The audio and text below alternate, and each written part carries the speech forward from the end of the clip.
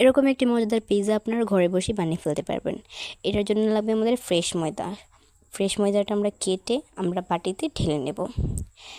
ঢেলে নেওয়ার পর এখানে আমরা পর্যাপ্ত পরিমাণে লবণ দিলাম, তারপর ইস্ট দিলাম, তারপর একটু পরিমাণ চিনি দিলাম, চিনি দেওয়ার পরে একটু পরিমাণ গুঁড়া দুধ দিলাম।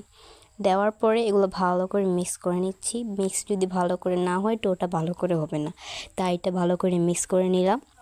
আর এটা হতে যাচ্ছে পৃথিবীর সবচেয়ে বড় পিৎজা, দেখলেই বুঝতে পারবেন।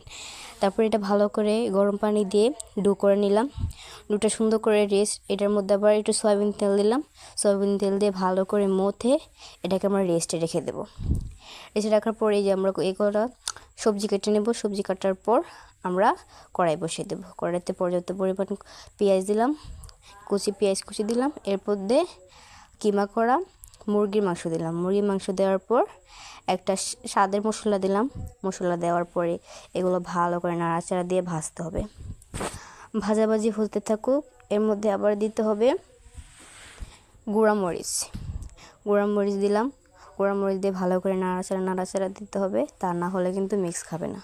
তারপর আমাদের রেস্টে রাখা ডোটা দেখলাম ও ফুলে পুরো ভাপা হয়ে গেছে।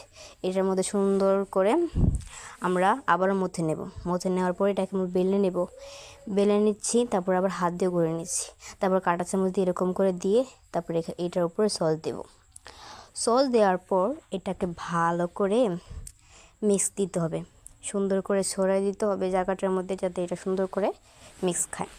তারপর এর মধ্যে দেব চিজ। সুন্দর করে চিজ গ্রেটার দিয়ে গ্রেট করে দিতে হবে।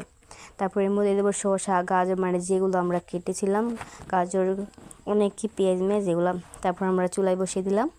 এর মধ্যে কিন্তু গরম পানি আছে, ভাপা গরম পানি। এর মধ্যে দিয়ে আমাদের এটা পুরোপুরি কমপ্লিট হয়ে যাবে। তারপর দেখতে পাচ্ছেন আমাদের পিৎজাটা রেডি। আর এরকম মজাদার পিৎজা, পৃথিবীর সবচেয়ে বড় pizza. Tata, bye bye, see you.